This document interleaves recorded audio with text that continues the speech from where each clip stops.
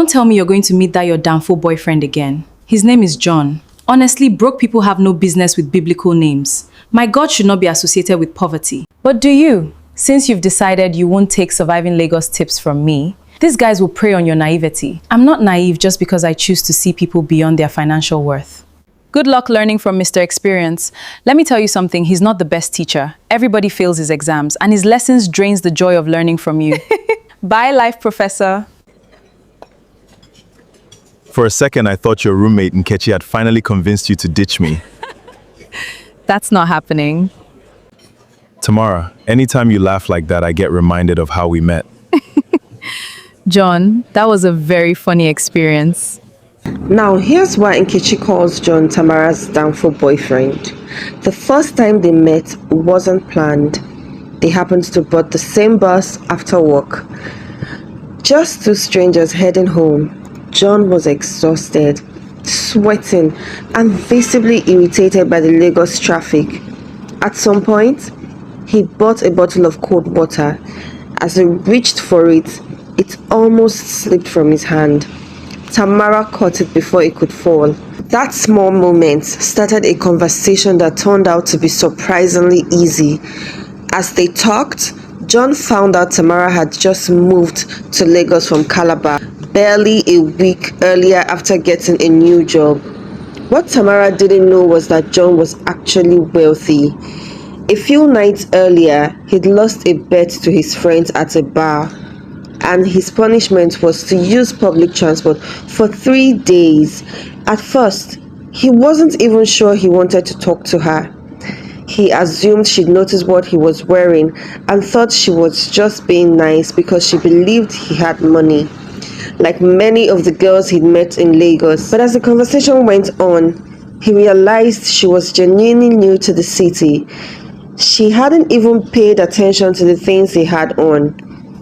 That was when he decided to give her the benefit of the doubt.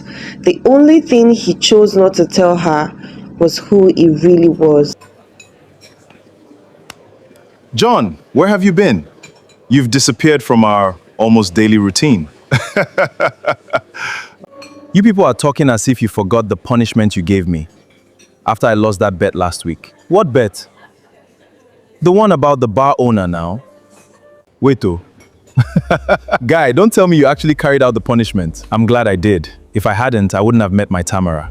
I feel like a soldier that answered the clarion call. Who is Tamarind? John, why now? So you actually sat inside public transport with people rubbing their sweaty bodies against you? Honestly, I was just bored. But I'm so glad I entered that bus. God bless the day I lost that bet. Romeo, see lover boy, oh. Femi, leave him. Where's the menu? Let's eat. Enough about me. Here's something you should know about these three. They'd been living the playboy lifestyle since their university days. Romeo was the undisputed king of it. Femi was simply following Romeo's footsteps. John, however, was a little different. He wasn't jumping from one relationship to another because he enjoyed it. He simply had his own share of heartbreaks. Being wealthy, generous, and kind-hearted meant he kept attracting women who were more interested in what he had than who he was. By the time he realized it was being used each time, the relationship was already over. After a while, the number of women he dated started piling up, and that's exactly why people labeled him a playboy. Months had passed, and John and Tamara were still together. Their relationship had been going really well. The only person who refused to get involved was Nkechi. She wasn't interested in meeting John. As far as she was concerned, there was nothing to see. In her mind, he was still Tamara's downfall boyfriend. Abeg, Joe. But why are you like this? John is actually a really nice guy. Please, I am not interested. John, on his part, has been very careful. The gifts he bought for Tamara were thoughtful but simple. Nothing flashy. Nothing that would make her start asking questions about where he got his money. Even though Tamara had become curious about where he lived, not because she wanted to spend the night or anything like that, She just wanted to know. Every time she brought it up, John always had reasonable excuse or another for why she couldn't come over just yet. Apart from that, everything between them was going smoothly. They both influenced each other in good ways. Tamara especially had helped John grow in his Christian walk. I got you a little something, Oh, you did not have to. but I really wanted to. Thank you so much, my love. You should open it right now. I will save it for later. You are aware I've never been to your place? You will soon enough. I just want to make sure. I just want to make sure things are in order. I honestly want you to resign from this job. I notice it stresses you a lot, and you're overly qualified for the role you're doing.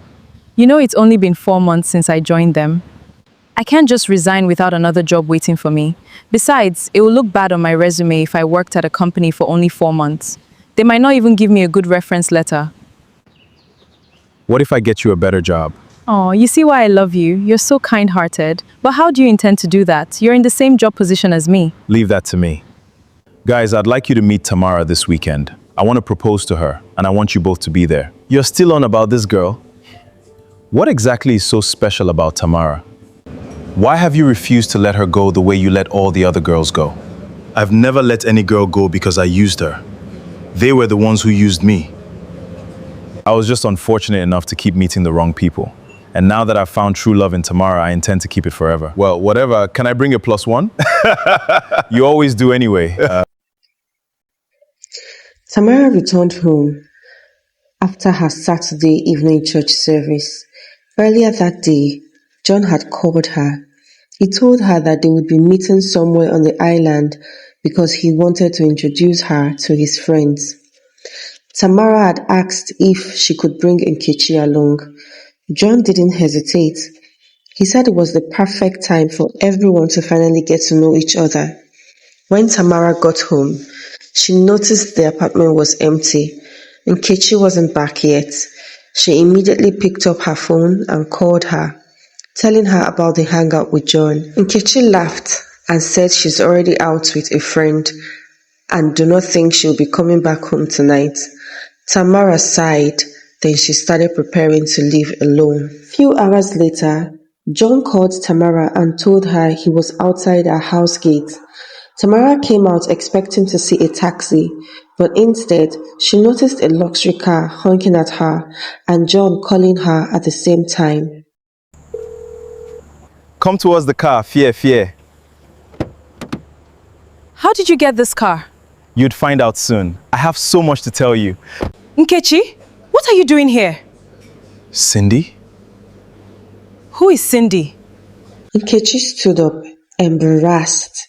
She then asked Tamara if this was the downfall boyfriend she had been with for months now. Tamara affirmed it.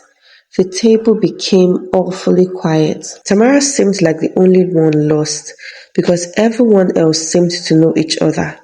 In utter confusion and in a bid to know what was really going on, she demanded answers from anybody. Nkechi started to tell the backstory of how she attended the same university as John, Romeo, and Femi, and that Cindy was her alias. It was never her government name. She wasn't always this materialistic. She had only become that way after her father made a bad investment in her 200 level that cost them their wealth. Because she didn't want anyone to know she was struggling and was almost going to drop out of school, she decided to move with wealthy schoolboys who could fund her. That was how she met John. She explained to Tamara that John was actually a kind guy.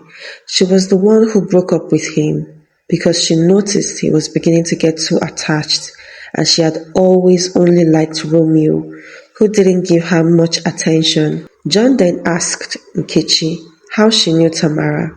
Nkechi explained that her family had relocated from Calabar to Lagos and that she had attended primary school in Calabar, where Tamara was her classmate and best friend. At this point, Romeo stood up and apologized to John.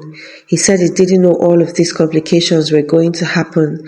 He explained that he had reunited with Nkechi at a club in VI a month ago and that he didn't think John would mind, seeing that he now had Tamara. I keep hearing private university, wealthy boys in school. What does this mean, John? I'm sorry. I didn't mean for it to happen like this. I never wanted to lie to you. I just wanted to be a regular guy, someone you liked for me. Please, just hear me out. Is there anything else you're hiding from me? So, does that mean you've forgiven me? Yes. I have something to confess. What now? I got you a remote position with an international company. The pay is 5 times what you're making now. Yes!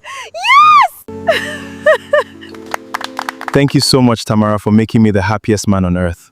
I'll do everything to make sure that smile stays on your face forever. Amen, John.